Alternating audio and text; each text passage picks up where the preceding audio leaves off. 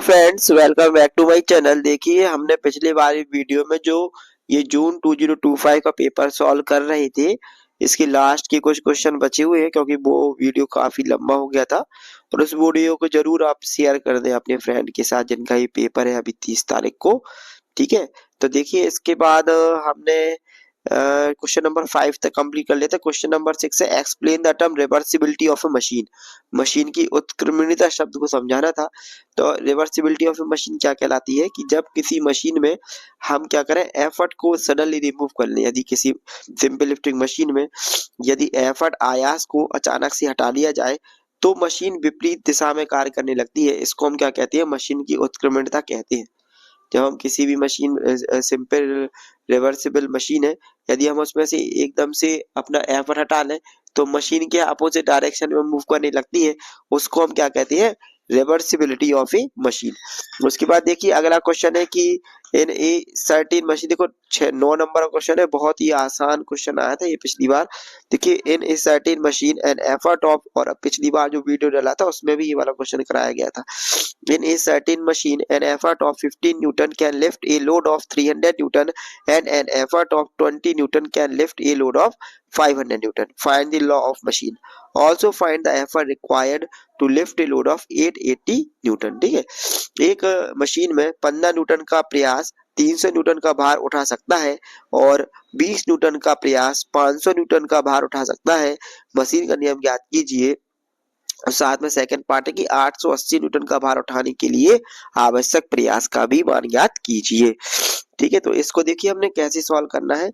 आपके लिए जो भी प्लेलिस्ट है इंजीनियरिंग मैकेनिक्स की, उसमें आप सारे वीडियो देख के जाओ, उसमें से जरूर से क्वेश्चन आएंगे। 80 to 90% जरूर से क्वेश्चन आएंगे। ठीक है, आप उसको जरूर देख लो। इम्पोर्टेंट टॉपिक्स का वीडियो भी अपलोड हो चुका है, उसको भी आप देख लीजिए। ठीक है, अब इस क्वेश्चन को देखते हैं हम कि कैसे करना है। देखिए हमें क्या क्या दिया गया है इसमें, कि इसमें हमें दिया गया है कि गिवन है कि effort required to lift a load कितना है, 300 न्यूटन। 300 न्यूटन के भार को उठाने में आयास की आवश्यकता कितनी है, 15 न्यूटन। मतलब एफर्ट हमें कितना है, 15 Newton in the case of 300 Newton of the weight lift. And इसी प्रकार दूसरे के लिए क्या दिया गया कि 500 न्यूटन का भार उठाने के लिए हमें 20 न्यूटन की आयास की आवश्यकता पड़ती है। 500 के लिए 20 न्यूटन की आवश्यकता पड़ती है। तो इसको हम सॉल्व करेंगे कैसे। हमें पता है कि मशीन का नियम क्या कहलाता है हमारा, मशीन का नियम हमारा कहलाता है कि P equal to M W plus C. इसमें हमें इस m की वैल्यू और c की वैल्यू हमें क्या फाइंड आउट करना पड़ता है, इस m की वैल्यू और c की वैल्यू। m और c की वैल्यू फाइंड, दो अननोन है तो दो हमारे पास इक्वेशन दी होगी, तो हम m और c की वैल्यू निकालेंगे। तो देखिए पहली कर नहीं सकते, p इक्वल टू 15 और m की जगह m और w की जगह क्या रखे हम, ये 300, तो 300 लिख दिया प्लस c। यदि सेकंड में क्या करना है, 20 न्यूटन का है तो यहाँ लिखेंगे 20 इक्वल टू m और w की जगह क्या रखेंगे 500, तो 500 प्लस c। अब इसको फर्स्ट इक्वेशन और सेकंड इक्वेशन मान लेना। इन दोनों इक्वेशन को हमें क्या करना है, सॉल्व करना है। तो हम दूसरी इक्वेशन में से पहली वाली इक्वेशन को क्या कर देते हैं, माइनस कर देते हैं। जैसे हम इसको माइनस करेंगे तो 20 में से 15 जाएंगे तो कितनी बचेगी, 5 बचेगी। और 500 में से 300 जाएगी तो कितनी बचेगी, 200 m। और c में से c जाएगी तो कितनी बचेगी, 0। यहाँ से m की वैल्यू निकालेंगे 5/200 1/40 और क्या आएगा 0.025 लिख सकती है, ये लिख सकती है। अब इस m का मान हमें क्या करना है, किसी भी एक इक्वेशन रख दो। इक्वेशन नंबर फर्स्ट रख दे, तो रखेंगे 15 इक्वल टू 1/14 इंटू 300 प्लस सी। 1/40 को 300 से काटेंगे तो 7.5 आएगा, सी यहीं पर आ जाएगा। 15 माइनस 7.5 आ जाएगा यहाँ से। तो देखो नेक्स्ट में है 15 माइनस 7.5, ये क्या है 15 माइनस 7.5, बीच में क्या है पॉइंट है। तो 50 में 7.5 गई तो कितनी बची 7.5। तो सी की वैल्यू हमारी कितनी हो गई है 7.5 हो गई। तो मशीन का नियम हमारा क्या होगा, P इक्वल टू एम की जगह क्या रखना हमें, एम की जगह पे जो वैल्यू आई 1/40 है 0.025 डब्ल्यू है ना, प्लस सी की जगह पे 7.5 ये रख दिया हमने। उसके बाद 880 न्यूटन का भार उठाने के लिए आवश्यक आयास का मान ज्ञात करना है। तो P इक्वल टू ये जो मशीन का नियम हमारा आया है, जो हमारा ये मशीन का नियम आया है, इसी में हम W की जगह क्या पुट करना था हमें 880 और C की जगह हम लिख देते हैं 1/40, कट जाएगा 22 प्लस 7.5, तो इसका आंसर क्या आएगा 29.5। तो P की वैल्यू 29.5 आ गई। मशीन का नियम हमारा जी आ गया 9 नंबर। बिल्कुल बहुत ही आसान था, पिछली बार भी इसके रिगार्डिंग वीडियो डाला गया था। ठीक है, इसके बाद हम अपना नेक्स्ट क्वेश्चन देख लेते हैं क्या है इसमें, कि कौन सा क्वेश्चन आया था। उसके बाद हमारा जो नेक्स्ट क्वेश्चन आया था, नेक्स्ट क्वेश्चन ये आया था कि briefly explain the types of equilibrium. Equilibrium कितने प्रकार के होते हैं, ठीक है। तो इक्विलिब्रियम कितने प्रकार के होते हैं? इक्विलिब्रियम 3 प्रकार के होते हैं। कौन कौन से इक्विलिब्रियम होते हैं देखिए हम बताते हैं अभी। इक्विलिब्रियम टोटल कितने टाइप के होते हैं? 3 प्रकार के इक्विलिब्रियम होते हैं। एक होता है स्टेबल इक्विलिब्रियम, एक होता है अनस्टेबल इक्विलिब्रियम, एक होता है न्यूट्रल इक्विलिब्रियम। स्टेबल इक्विलिब्रियम क्या कहलाता है कि जब कोई वस्तु यदि साम्य अवस्था में है, इक्विलिब्रियम में है, यदि हम उसमें फोर्स लगाएंगे तो ये कहाँ चला जाएगा? यहाँ पे, लेकिन कुछ देर बाद ये वापस से अपनी ओरिजिनल पोजीशन में आ जाएगा। तो ऐसा इक्विलिब्रियम जिसमें फोर्स लगाने पर क्या होता है, जो इक्विलिब्रियम है वो अपना मूल रूप छोड़ देता है, लेकिन कुछ समय बाद फिर से उसी रूप में आ जाता है, उसको हम क्या कहते हैं? Stable equilibrium. अनस्टेबल इक्विलिब्रियम में क्या होता है कि हमने अंदर से फोर्स लगाया तो ये नीचे चला जाएगा, फिर वापस से वो अपनी वापस से ओरिजिनल पोजीशन में नहीं आ पाएगा, इसको हम क्या कहते हैं? Unstable equilibrium.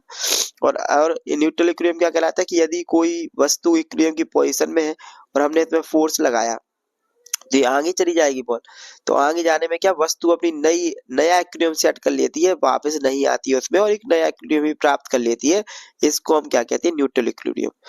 तो ये स्टेबल, अनस्टेबल और न्यूट्रल इक्विलिब्रियम 3 टाइप के इक्विलिब्रियम होते हैं, ठीक है। ये आए थे पिछली बार। उसके बाद हम इसका नेक्स्ट क्वेश्चन देख लेते हैं कि नेक्स्ट क्वेश्चन में क्या दिया गया है, ठीक है। इसका नेक्स्ट क्वेश्चन देख लेते हैं हम कि नेक्स्ट क्वेश्चन में अपना क्या है। अब नेक्स्ट क्वेश्चन देख लेते हैं क्या है क्वेश्चन।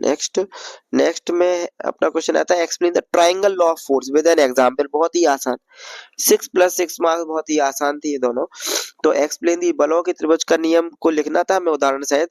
तो बलों के त्रिभुज का नियम क्या कहलाता है कि यदि किसी वस्तु पे कार्य कर रहे दो बलों को एक निश्चित पैमाने पर त्रिभुज की दो क्रमिक भुजाओं के द्वारा दर्शाया जाए तो त्रिभुज की जो अंतिम भुजा होती है वह हमें परिणामी बल का मान देती है, लेकिन इसकी डायरेक्शन क्या होती है? इसके अपोजिट होती है। इंग्लिश में लिखेंगे तो according to triangle law, if two forces acting on a body be represented in some scale by the two sides of a triangle consecutive, then the third side will show the resultant of the force on the same scale but its direction will be opposite। अब हमें example लिखना था, तो एक example है 5 Newton ले लिया, 10 Newton ले लिया, 5 न्यूटन बराबर 1 सेंटीमीटर मान लिया। 1 सेंटीमीटर की लाइन कहाँ से खींचेगी? ये वाली लाइन है तो ये 1 की हो जाएगी, फिर जहाँ पे खत्म होगा उधर से हम ये वाली लाइन खींचेंगे 2 की, तो इधर से ये खींची 2 और इसके लास्ट में जो ये चीज होगी ये हमें क्या देगी? परिणामी बल का मान AC will show the resultant force. AC हमें क्या देगा? परिणामी बल का मान देगा, ठीक है। तो ये हमारे ये क्वेश्चन थे। उसके बाद हमारा जो नेक्स्ट क्वेश्चन है, नेक्स्ट क्वेश्चन जो हमने अभी नेक्स्ट क्वेश्चन हमारा क्या है कि obtain the formula for the minimum force which will keep the body in equilibrium when it is at the point of sliding downward on the inclined plane. न्यूनतम बल जो पिंड को संतुलन में रखेगा जब वह नत तल के नीचे की ओर फिसलने बिंदु पर हो। तो इसके लिए कल हमने एक न्यूमेरिकल किया था कि P बराबर क्या होता है? W sin alpha minus phi upon cos phi, ठीक है। ये वाला फॉर्मूला पहले वाले वीडियो में, यानी इसके पहले जो वीडियो बने थे उनमें से किसी एक वीडियो में है, यदि उनमें अगर ना मिले तो इसको हम एक्सप्लेन कर देंगे, लेकिन वैसे वो डाला हुआ है तो आप उसमें से देख लीजिए। सिंपल सा डेरिवेशन है, ठीक है। उसके बाद write the note on the maximum efficiency of a machine. Maximum efficiency क्या होती है इसकी? Eta equal to 1/m into VR, यही होती है मैक्सिमम एफिशिएंसी। इसका वीडियो भी आपको इंजीनियरिंग मैकेनिक्स की प्लेलिस्ट में मिल जाएगा। इसी का प्रूफ कराया था जो पिछली बार आया है, अगर वो भी देख के गए होते तो आराम से क्वेश्चन बन जाता, और जिनका बैक लगा है बैक ना लगता। तो इसलिए इस बार ये जो सारी वीडियो है हमने जो कल वीडियो डाला, जो अभी वीडियो डाला, जो आगे भी वीडियो डाले जाएंगे, लेकिन उसमें ये है कि अब जैसे कमेंट आएंगे कि अभी और वीडियो डाल दीजिए तो फिर डाले जाएंगे, तो आप उसको अच्छे तरह से पढ़ के जाए, कल का वीडियो और आज का वीडियो, इसके बाद और भी वीडियो डाले जाएंगे। बाकी और जो पुरानी प्लेलिस्ट है इंजीनियरिंग मैकेनिक्स की उसको जरूर देख के जाए। इसके अलावा और भी जो सब्जेक्ट है उनके भी वीडियो बनाए जाएंगे, है ना, जैसा रिस्पॉन्स होगा। तो सभी लोग चैनल पे बने रहने के लिए चैनल को जरूर से सब्सक्राइब कर दें और वीडियो को जरूर से लाइक कर दें और चैनल को शेयर कर दें, वीडियो को भी शेयर कर दें अपने सभी दोस्तों के साथ, चाहे इस कॉलेज को चाहे दूसरे कॉलेज को, पॉलिटेक्निक वाले सभी लोगों के साथ इसको शेयर कर दें, जिससे सभी को इसमें क्या मिले? मदद मिले। और सभी का, क्योंकि पहली बार एग्जाम देने जा रहे हैं फर्स्ट ईयर के बहुत सारे बच्चे, तो उन्हें पता हो कि किस प्रकार का पेपर आता है, किस प्रकार से क्वेश्चन है, किस प्रकार से लिखना है, तो ताकि उनका जल्दी से अच्छे ढंग से एग्जाम क्लियर हो जाए, अच्छे नंबर आए, ठीक है। तो चैनल बने रहने के लिए चैनल को सब्सक्राइब करें, वीडियो को लाइक करें, शेयर करें, कमेंट करें। बहुत बहुत धन्यवाद आपका। जय श्री राम। और जिस भी टॉपिक का वीडियो चाहिए हो तो आप बता दीजिएगा, ठीक है। बहुत बहुत धन्यवाद। जय श्री राम।